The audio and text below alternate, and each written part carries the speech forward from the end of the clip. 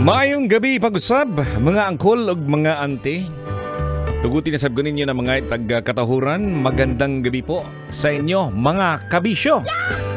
Sa ganitong mga oras, dapat pag nakatutoy ka sa akin, siyempre, gising na gising pa rin, ha? Kaya kung hindi ka gising, lusion, medyo akong kigol. Ayan, siyempre sa mga nakatutoy dito sa atin ngayon, no? Of course, no? Shout out kay Mike. Mike, kaibigan ko to, no? Nandyan po, isang Grab driver.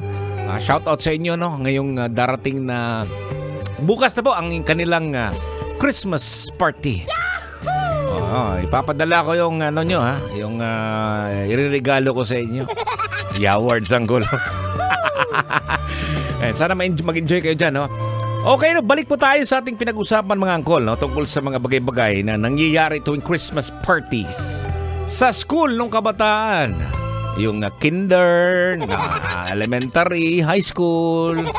Ayan, no? So, yung exchange gift natin, ito yung mga possible na mga pwedeng matanggap mo.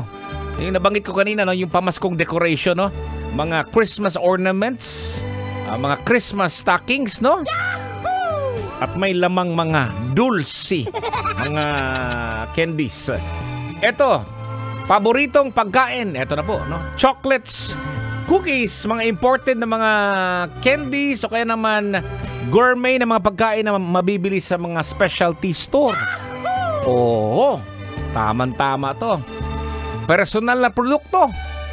Pabango. Ayan, skincare sets, no? Andyan yung mga lotion siguro, bath products, o kaya mga scented candles. Meron pa ngayon. Pag medyo mahal yung inyo sa opisina, halimbawa, aabot ng 500 or 1,000. Pwede, mga kasangkapan, power banks, yan. Pero medyo barato-barato ng konti. Mug, o mga kakaibang mga designs. At saka mga travel accessories. Para binibigyan ko kayo ng ideya, ha? Eto din, libro, ha? Sa mga bookworm yan. Pero kung ikaw, hindi ka nagbabasa ng mga libro, talagang nagagalit ka. Sasabihin mo, lusiyon ako ng kigol kasi ayoko, hindi ako nagbabasa ng libro. Mga best-selling novels, inspirational books, o kaya naman mga specialty books, no? Depende po yan sa interest ng isang tao. Eto, maganda, laruan o koleksyon. Ayan, sabi natin kanina, pag medyo mataas yung gadget, pwede na rin, no? Eto, pwede. Yung mga tech accessories. Mga wireless earphones, Bluetooth speaker. Uy! O kaya naman, iPhone. Just kidding. Uy! Ayan, ang mahalaga po mga kabisyo ay isaalang-alang natin ang interest at personality. Kung eto, halimbawa, mag-monito-monita po kayo, sa amin, sa Bisaya na, manito-manita eh.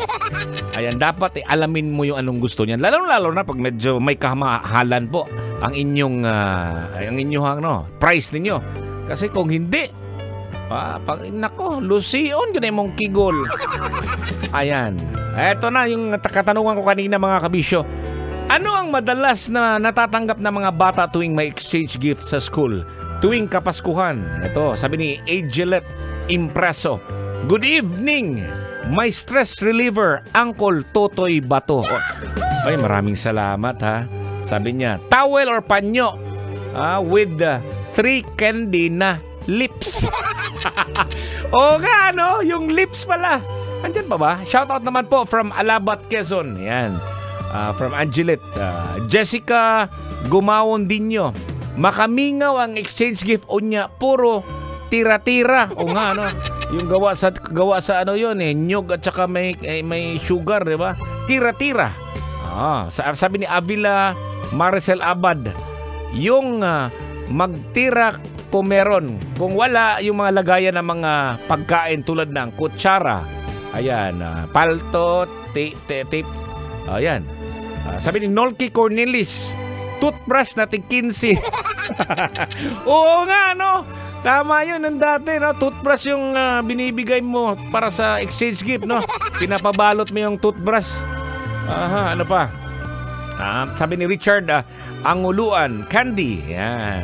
Sabi ni Artir Ann, social na today. May Shopee, Lazada at TikTok na dami ng pagpipilian. Madalas yung wishlist na ang nareregalo sa kanila. Tama yun, no? Unlike nung panahon natin, 80s, photo album, gamit sa school, etc. Oo nga, ang hirap nung dati mga kabisyo. Ngayon, dan ka lang sa app lang. Hahanapin mo lang yung kung ano-ano dyan. Type mo lang. Andyan na kaagad, di ba? Hindi na kagaya dati, makikipagsiksikan pa sa tiyanggi. Tapos, kigol to kigol pa yung mga tao dyan eh. Di ba? Ayan. Richard Polistico, Idol Toy. Ako noon, ako nadawat kadong exchange gift kay Arenola man. Uy, naay salamin pastilan, kalaming lusion ang kigol from Richard Polistico ng Muzon South. Ayan. Okay, no? And again, no? Happy birthday kay John Lawrence Dakel, no? Ayan, nagsa-celebrate sila ng birthday. Ang hirap magbasa pag walang anchohos po mga kabisyo, di ba? Antipara. Salamin ba? Eyeglasses, ito. Melvin Senya Adlaon, shout out, no? Magandang gabi naman, palagi kaming nakikinig sa iyo, Totoy Bato, sa Breadwalk Bakery. Ayan, Breadwalk Bakery sa may Pembo, Makati. Kuya Totoy Bato, salamat po. Mayong pagkumot-kumot dia. Di ba, kumot-kumot naman yung tinapay, di ba? Maayong pagkumot-kumot. Ayan, at syempre din, shout out na lang din sa inyo dyan. Ayan, no? At eto, isang Grab driver din, no? Nakatutoy si Mark De Leon. Hello. At sa lahat ng mga Grab driver ngayon, dito na kayo, ha? Mga driver yan, nakatutok, taxi driver, o sa mga nagkumot-kumot o tinapay, mga panadero. Ayan, marami pong salamat po sa inyo. Sa mga security guard pala. Gising na gising sa mga ganitong oras. At bukas, huwag kalimutan, ha? Ang Love Radio Top 10 Countdown. Ayan, no? At syempre ating Love Lounge. Makakasama natin si isang singer. Hindi ko nakuha yung kompletong pangalan. Nakalimutan ko. Palagi ko nang banggitin. Baka magkakamali ako. Malusian, tas kigol. Bukas po yan. 11 ng tanghali hanggang 1:00 po. Yung mga late na po mauuwi ngayon dahil nga payday, dahil busy sa Christmas parties, ingat po tayo, ha. Yung pera ninyo, ha, wag ubus-ubusin, ha. Kay pag ubusin nyo yan, pagdating ng January, February, puno na naman kayo ng utang, di ba? Magpi-PM na naman kayo sa kanyong kaibigan. Kumusta? Pwede bang maghiram ng pera? Unahin niyo po mga kabisyo ngayon yung utang niyo, bayaran ninyo, ha. Para hayahay na kayo pagdating sa 2024. Alam mo, maganda yung walang utang po mga kabisyo. Nakakatulog ka ng mahimbing. Okay, maraming salamat. At hanggang bukas na po, 11 a.m. para sa Love Radio Top 10 Countdown. Daghan kayong salamat. And until next time, Monday to Friday, 9 p.m. till 12 midnight. Totoy na Love. Kinigyapon si Totoy Bato. Amping Perme, mahing gabi.